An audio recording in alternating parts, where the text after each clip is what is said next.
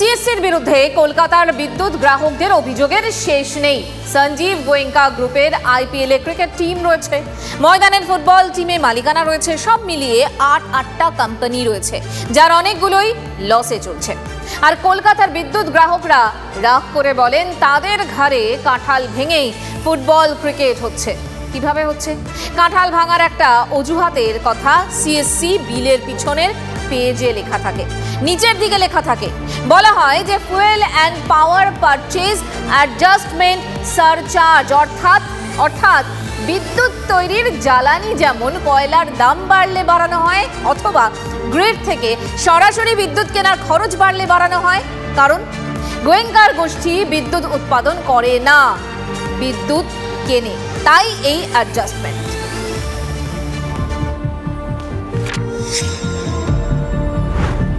বেহালার গোপাল মিশ্র রোডের বাসিন্দা কোয়েল চক্রবর্তী অধিকারী ইলেকট্রিকের বিল দিতে গিয়ে নাজেহাল। তাঁর বক্তব্য, প্রত্যেক মাসে হাজার হাজার টাকার বিল পাঠাচ্ছে সিএসসি। মার্চ মাসে সেভাবে এসি চলেনি, কিন্তু তাও বিল এসেছে 7,000 টাকার বেশি। এপ্রিল মাসে এসি চললেও হিসেব করেই চালিয়েছেন, কিন্তু 12,000 টাকার বিল এসেছে।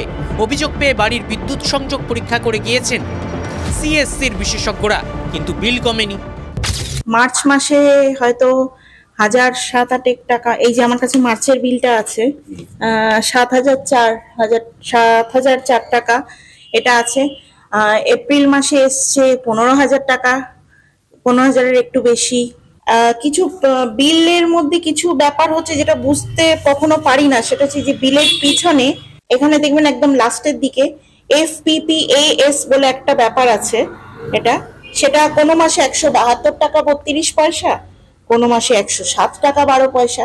এইটা কিসের হিসাব, মানে এটা একবার এক একটা কিসের হিসাব হচ্ছে সেটা ঠিক বুঝতে পারছি না। বাস ভাড়ার মতো বিদ্যুতের বিলটাও কি লাগাম ছাড়া হয়ে গেল?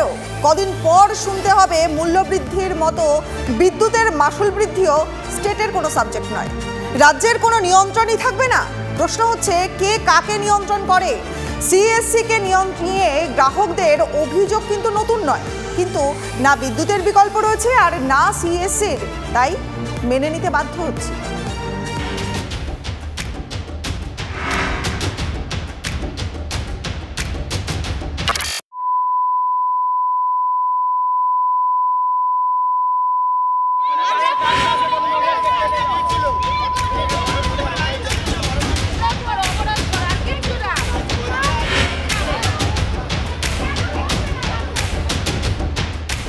তিন মাস অন্তর মিটার রিডিং করে যে লম্বা স্লিপটা ধরিয়ে দেওয়া হয়, তার পাঠোদ্ধার করা এমনিতেই দুরূহ ব্যাপার, কিন্তু স্লিপটা হঠাৎ পকেটে ভারী ভারী ঠেকলে ভয় তো করবেই।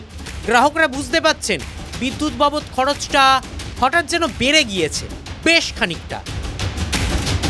এতদিন পর্যন্ত বিদ্যুতের যে দাম বৃদ্ধি পেত তার একটা অন্তত ইঙ্গিত পেতেন গ্রাহকরা, কিন্তু এবার বিদ্যুতের যে দাম বৃদ্ধি পেয়েছে তার কোনো রকম আভাস যেমন তারা পাননি, তেমনি বিদ্যুতের দাম বৃদ্ধি পাওয়ার পর সেটা ঠিক কী হারে বেড়েছে তা নিয়ে রীতিমতো ধোঁয়াশা তৈরি হয়েছে গ্রাহকদের মধ্যে।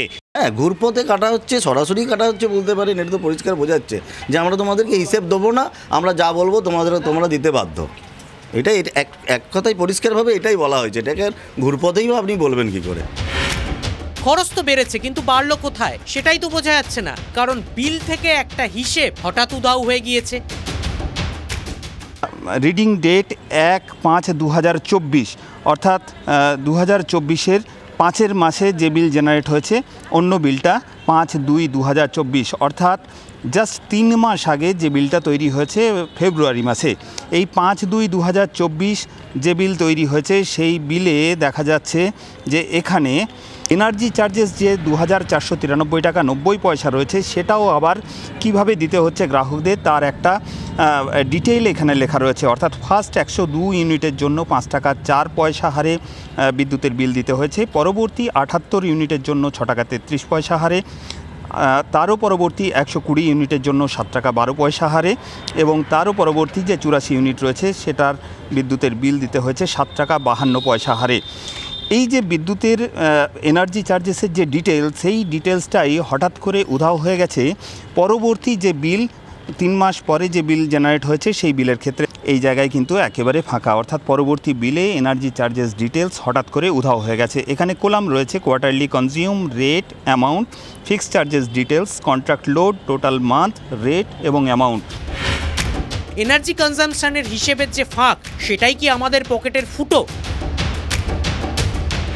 যা দিয়ে আরও কিছুটা সঞ্চয় গলে সরকারের খাতায় জমা হচ্ছে, কিন্তু উপায় নেই। বিদ্যুৎ এখন আমাদের বাধ্যবাধকতা, বিদ্যুৎ ছাড়া বাঁচা অসম্ভব। দেখুন, আমরা একসঙ্গে বিলটা দিতে গিয়েই প্রথমে সমস্যার মুখোমুখি হতে যাচ্ছি। হয়তো আমাদের যদি নিত্য নৈমিত্তিক বা দৈনিক অথবা সাপ্তাহিক বা যদি মাসিক করতো বিলটা, তাহলে আমাদের দিতে হতো অনেক সুবিধা হতো। আমাদের মতন নিম্ন মধ্যবিত্ত ও মধ্যবিত্ত যারা, তাদের পক্ষে অনেক সুবিধা হতো। এইটা কি করছে, সেটা মাসিক তো নাই, 3 মাসের বিলটা একত্রে জড়ো করে তারা দিচ্ছে। তাহলে একটা বড় অ্যামাউন্ট হচ্ছে, সে অ্যামাউন্টটা বুঝতে পারছি না কি, সে আগেরকার বিলে যেমন বোঝা থাকতো এত ইউনিট প্রতি এত, বা এত ইউনিটে খরচ এত। এবারের বিলে গত মার্চের পর থেকে যেটা দিচ্ছে, মার্চ পর্যন্ত ছিল, তারপরে এবারের যে বিলে দিয়েছে, এবারের বিলে সেরকম কোনো ট্যারিফই নেই। হ্যাঁ, অতএব বুঝতে পারছি না গোটা অ্যামাউন্টটা কিসে কত খরচ হচ্ছে। হ্যাঁ, বিদ্যুৎ তো রাখতেই হবে। এই তো হচ্ছে কি যে বাড়িতে অসুস্থ মা আছে, বা ধরুন এখন এই প্রচণ্ড গরম, জল নেই, সব কিছু বিদ্যুৎ ছাড়া তো মানুষ এখন বাঁচতে পারবে না। যাই করুক তাই করুক, একবেলা খেয়ে হলেও বিদ্যুৎ রাখতে হবে। সেই বাধ্যবাধকতাটা বুঝেই তো হচ্ছে কি যে মানুষের পকেট কাটাটা আরও সুবিধা হয়েছে।